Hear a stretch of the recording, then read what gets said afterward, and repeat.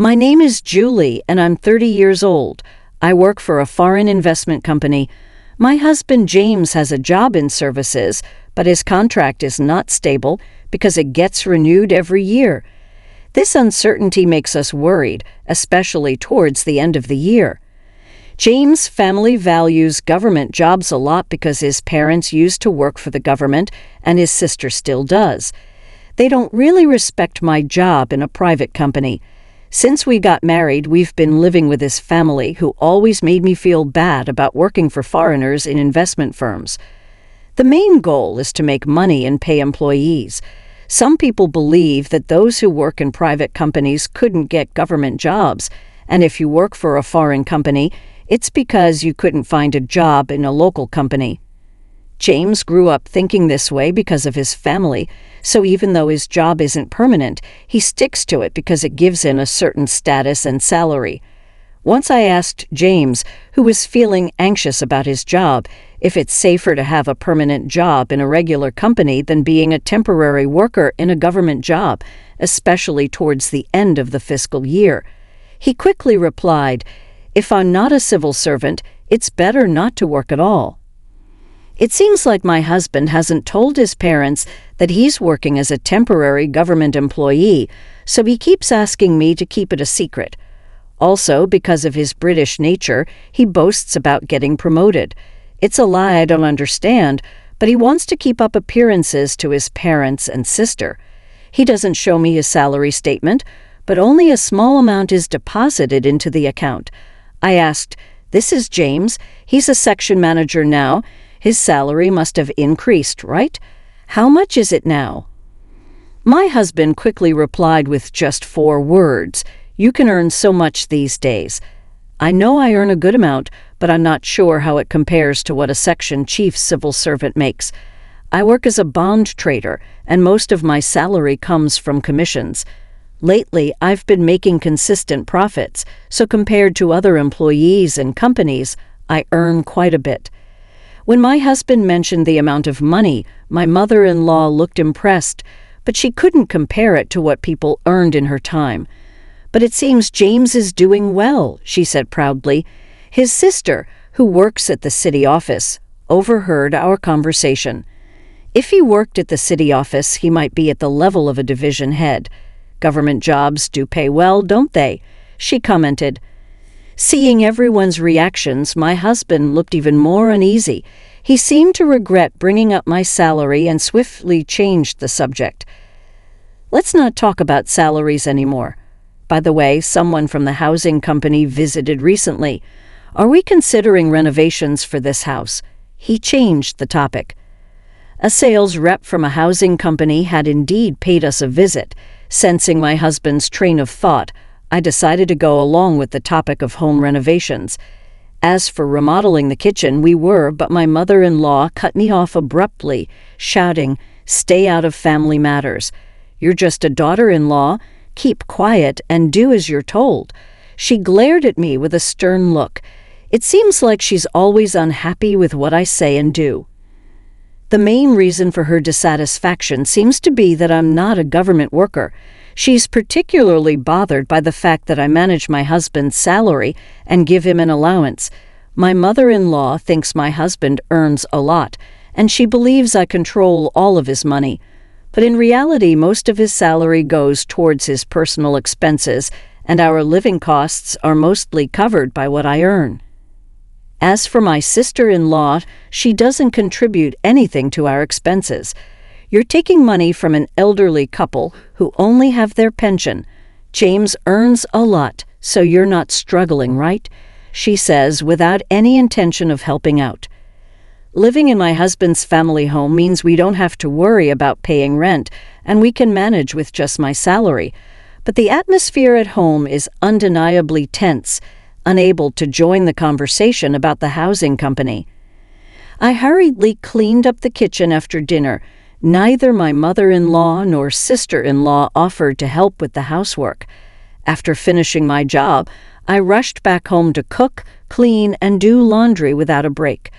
One good thing about working for a foreign company is that I don't have to work overtime as long as I do my job well. Being able to leave work on time is a relief. It helps me keep my work and personal life separate, and I don't have to bring work home, which is a big advantage. On his days off, my husband works on his computer at home. I worry if it's okay for him to bring work home and do it there. When I tried to ask him about it, he said, "I can't work overtime, and if I don't finish on time, I get in trouble. Don't worry about it, it's not your concern." Ironically, I was the one being scolded. Lately, my husband has been in a bad mood, and he gets angry as soon as I try to talk to him. He even yelled at me when I asked about the housing issue. "It's none of your business. Didn't Mom tell you that already? Just follow the rules. That's all you need to do." Despite taking care of the household chores and finances in his home, I'm unhappy with my husband's attitude of keeping me in the dark. One day, someone from a home building company came to my in-laws' house with a computer. Everyone except me started discussing floor plans and looked at housing designs on the computer.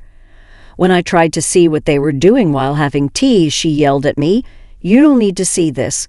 Go away." I was surprised to learn that they were planning to build a new house instead of renovating the current one. My father-in-law had mentioned expanding the house because it was getting cramped. It seems that's what they're actually planning. My in-laws, who retired from their government jobs, have a lump sum of retirement money. I guess they intend to use that money to build a new house, and since I moved in, they've been living on their pension without paying any living expenses, so they should have plenty of money. I decided to distance myself from the situation. What worries me is whether my sister-in-law plans to live in the new house too. She's 28 years old and could get married, but there's been no talk of that, so I assume she'll be living in the new house. I dislike her as much as I do my mother-in-law because she never helps with any chores and is always complaining. I wish she would get married soon. But my father-in-law told the home builder, "My daughter and her husband, my son and us, can we add another room?" I want a house where all three households can live together. It was surprising to hear that my sister-in-law's husband might also live with us, but what's more surprising is that it's not about my son's family but just my son. I was shocked that I wasn't included. The house they're planning to build is supposed to be quite big, but even so, the current site won't fit three households comfortably. Since my in-laws and sister-in-law are the ones building the house, I can't say anything, but I think keeping it clean will be a challenge. The man went out to see the model room and the construction site later. "You stay out of this. It's none of your business," my mother-in-law said spitefully. She probably expected me to argue back. She gave me a disapproving look when I didn't. It seems like the housing construction is moving forward. I'm not being told anything, but my in-laws and sister-in-law are getting ready for the move. "See my husband not doing anything?" I asked. "Aren't you going to help with the move?" "Why should I? Aren't you the one handling it?" My husband got angry when he heard me speaking as if it were someone else's responsibility.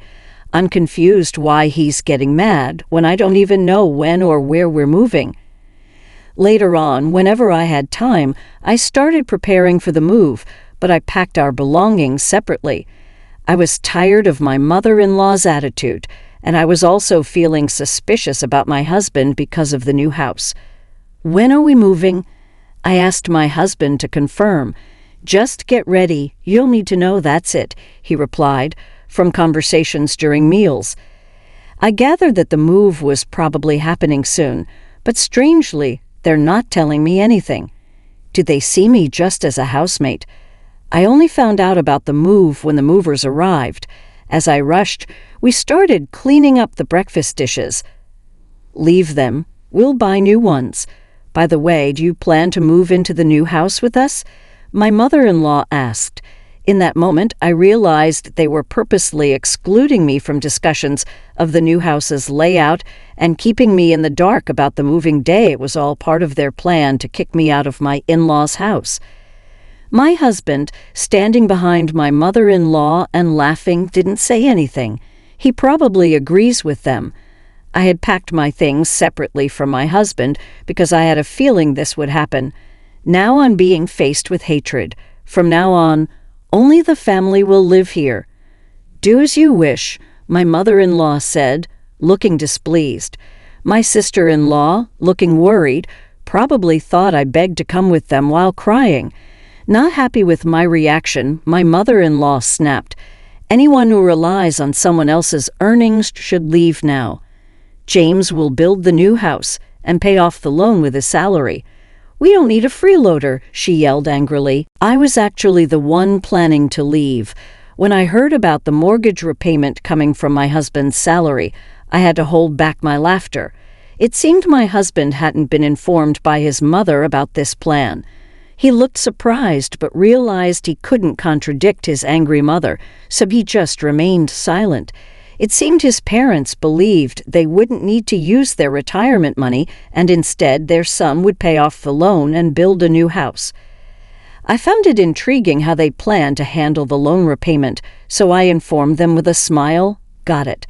I've decided to proceed with divorcing James," so I told them, "You all go ahead and move to the new house." My mother-in-law didn't like my reaction and started shouting, but my father-in-law and sister-in-law pulled her away, and they left the house to my husband, who stayed behind. I said, "We'll bring the divorce papers later, so please give me your new address. I'm sure it's a splendid house since I haven't been informed at all. I'd like to see it," I said. Reluctantly, my husband gave me the address. Since I didn't have many belongings, a friend helped me move them. Then I changed all the public utility bills from my in-laws' house to my husband's name. I went back to my parents' house for the time being, and once I was settled, I went to the address my husband gave me to get his signature on the divorce papers. The new house where my husband and his family moved was indeed impressive. It was a grand 3-family home. As soon as my mother-in-law spotted me, she hurried over and yelled, "What are you doing here?" Ignoring her outburst, I asked my husband to sign the divorce papers. My mother-in-law then turned to him and said, "Useless wife, it's because she's not a government worker." "Hurry up and say it," with a sarcastic tone. I turned to my mother-in-law and remarked, "What a splendid house. Are you sure you can afford it with James' salary?" My mother-in-law's face turned red with anger. "You're the outsider now, so don't concern yourself with us. Take the divorce papers and leave," she snapped. I wanted to savor the sight of my husband's pale face a little longer, but I grabbed the divorce papers and left immediately, keeping an eye on my furious mother-in-law. I went straight to the town hall to submit the papers and decided to start looking for a new place for myself. Feeling worn out from married life after that ordeal, I opted to live alone in a small apartment for a while. I found a property near my workplace that suited my needs, so I moved in right away and started a fresh life. It became so much more comfortable without roommates boasting about being government workers or leaving all the chores to me. Just as I was starting to put my husband out of my mind, I suddenly received a call from an unfamiliar number. "I can't pay the loan, Julie. Will you come back to me? I'm calling from a friend's phone. I can't afford to pay the mortgage, electricity, water bills, or even my phone bill," my ex-husband said, his voice breaking with tears. I assumed he could ask his family for help, so I suggested, "Your sister has a stable job, and your parents are retired with pensions. They should have some savings, right?" When I dismissed his plea, my husband reluctantly confessed, "Actually, they don't have any savings left. My sister has debts and no extra money." Listening to my husband, it became clear that their retirement savings were nearly wiped out due to investment fraud, and his sister, who lived with their parents, had racked up significant debt by overspending on credit. This proud family of civil servants had nothing to hide. While I was living with them, they might have been able to keep it under wraps, but now that they've moved to a new house, they seemed to be struggling to manage their lives and reached out to me out of desperation. However, I had no intention of reuniting with them. I declined their plea and ended the call. After that, the phone rang numerous times, but I continued to ignore it until the calls eventually ceased. Later, when I visited their new house, I noticed a for sale sign. That happened to be someone from the housing company there, so I couldn't resist asking about the in-law family. It turns out they sold the house immediately after it was built, but they still had a remaining loan. The housing company representative also mentioned something surprising. Despite their boasting, they said they would sell right away if they couldn't repay the loan because our relative was a cosigner. It seems to have caused some trouble. It seems that because a relative co-signed their loan, that relative had to take on the debt once this became known. Considering their past boasting about being civil servants, it appears they're now facing ostracism from their relatives. It's not surprising, really. They caused trouble for a relative who works in a private company by involving them as a co-signer. As I relaxed on my sofa at home, I couldn't help but laugh at the absurdity of imagining what my ex-husband and his family, who no longer had anyone to boast to about being civil servants and were now seen as a nuisance, might be going through.